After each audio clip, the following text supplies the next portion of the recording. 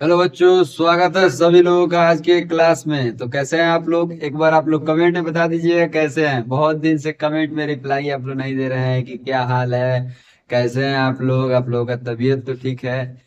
तो आज से हम लोग एक नया सीरीज का चालू करेंगे, यानी कि क्लास 8 का चैप्टर नंबर जो 2 था, माइक्रो ऑर्गेनिज्म, उसका पार्ट 1 देखेंगे। ठीक है, बहुत इंपॉर्टेंट चैप्टर है इस क्लास का। तो अभी रिवीजन टाइम चल रहा है, तो सोचे कि इस चैप्टर को फिर से क्या किया जाए, पढ़ा दिया जाए। और आप लोग एग्जाम एग्जाम स्कूल स्कूल में दीजिएगा तो उसमें वो इम्पोर्टेंट भी रहता है, ये चैप्टर बहुत इंपॉर्टेंट है। तो आप लोग वो इस चैप्टर को बढ़िया से पढ़िएगा, ठीक है ना। आज से ये सीरीज चालू हो गया, लगभग 10-12 सीरीज इसका, 10-12 पार्ट इसका आएगा, ठीक है ना। और एक बात और, क्लास 10 के जितने भी स्टूडेंट है, सीबीएसई के बच्चा लोग, उन लोगों के लिए बुआ एक, मतलब बोले तो नोटिस है कि आप लोग बुआ डरिए नहीं। अभी आप लोगों को बहुत डर लग रहा होगा कि एग्जाम आ रहा है, एग्जाम में कैसे लिखाएगा, ये है वो है, फलाना है ढिमकाना है। इससे कुछ टेंशन लेने की बात नहीं। वो एग्जाम में कोई दिक्कत परेशानी होने वाली बात ही नहीं होता है, ठीक है। एग्जाम जाइएगा आप बढ़िया से, क्वेश्चन जब आप पढ़े रहिएगा, बुआ घर पे याद किए हुए रहिएगा, बुक पढ़े रहिएगा, तो हर एक क्वेश्चन आप क्या कीजिएगा, बना पाइएगा, ठीक है।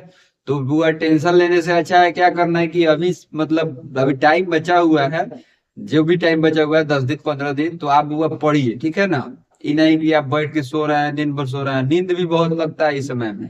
तो सोना मतलब अपने टाइम से सोना भी है, खाना भी है, और पढ़ना भी क्या है, तो टाइम टाइम से पढ़ना भी है, ठीक है ना। एग्जाम का तैयारी में आप लोग लगे रहिए, कोई ज्यादा टेंशन लेने वाली बात नहीं होता है, ठीक है। और बीच बीच में हम बताते रहेंगे क्या क्या कैसे करना है। वैसे बायोलॉजी के जितना भी चैप्टर था क्लास 10 में पढ़ना था साइंस में, सारे चैप्टर का वीवीआई क्वेश्चन आप लोगों को बता दिए हैं। तो आप लोग नहीं देखे हैं तो जाकर देख लीजिएगा, ठीक है।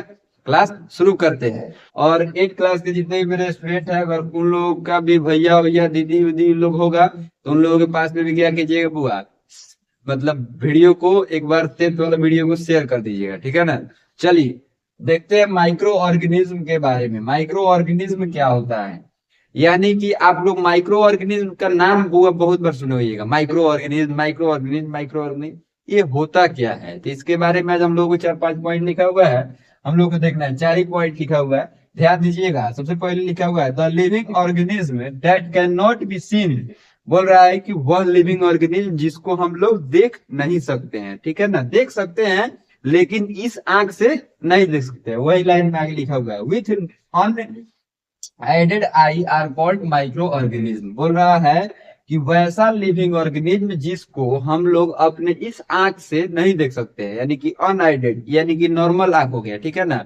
इसमें अगर कोई लेंस वेंस लगाएंगे हम लोग तो वह एडेड आई हो जाता है, ठीक है। और नहीं लगाएंगे तो अनआइडेड, वही लिखा हुआ था, नेकेड भी लिख सकते हैं आप यहाँ। यानी कि नग्न आंखों से जब हम लोग कोई भी लिविंग ऑर्गेनिज्म को नहीं देख सकते हैं, वैसे लिविंग ऑर्गेनिज्म को क्या कहा जाता है, तो माइक्रो ऑर्गेनिज्म कहा जाता है। फिर से समझिए, वैसा लिविंग ऑर्गेनिज्म जिसको हम अपने इस नग्न आंखों से नहीं देख सकते हैं, उसको हम लोग क्या बोलते हैं, उस लिविंग ऑर्गेनिज्म को माइक्रो ऑर्गेनिज्म के नाम से जाना जाता है। उम्मीद है कि आपको बहुत बहुत बढ़िया से क्लियर हो गया होगा। दूसरा नंबर पॉइंट देखिएगा, the study of micro organism is called microbiology. बोल रहा है कि जो स्टडी होता है माइक्रो ऑर्गेनिज्म का, यानी कि जिस बुक में ये माइक्रो ऑर्गेनिज्म के बारे में पढ़ा जाता है, बुआ एक बुक होता है, उस बुक को मतलब उस पढ़ाई को क्या कहा जाता है, तो माइक्रो बायोलॉजी कहा जाता है। क्या कहा जाता है, माइक्रो बायोलॉजी। तीसरा नंबर पॉइंट देखिएगा बुआ, दे आर फाउंड एवरीवेयर। बोल रहा है कि माइक्रो ऑर्गेनिज्म जो होता है बुआ सारे जगहों पे पाया जाता है, ठीक है ना। अराउंड अस, बोल रहा है कि माइक्रो ऑर्गेनिज्म जो होता है बुआ एवरीवेयर, चारों तरफ पाया जाता है, ठीक है।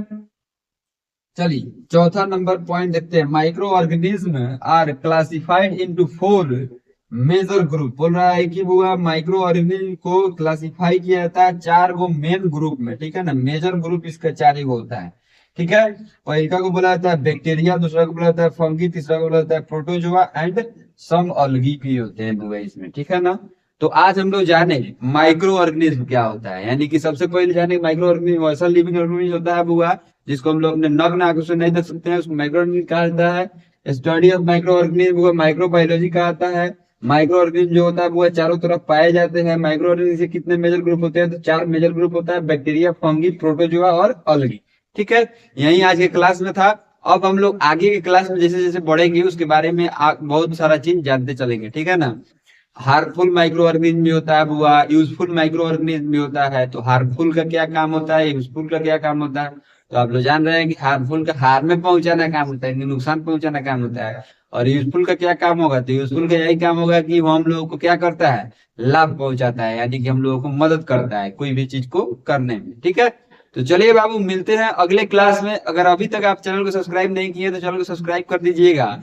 और याद से बुआ 10th का जो वीडियो था इस चैनल पे, उसको क्या कीजिएगा, शेयर कर दीजिएगा।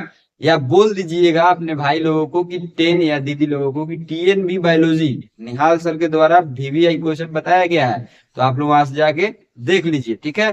चलिए मिलते हैं अगले क्लास में, तो तब तक के लिए आप लोग बहुत ख्याल रखिएगा। Bye bye.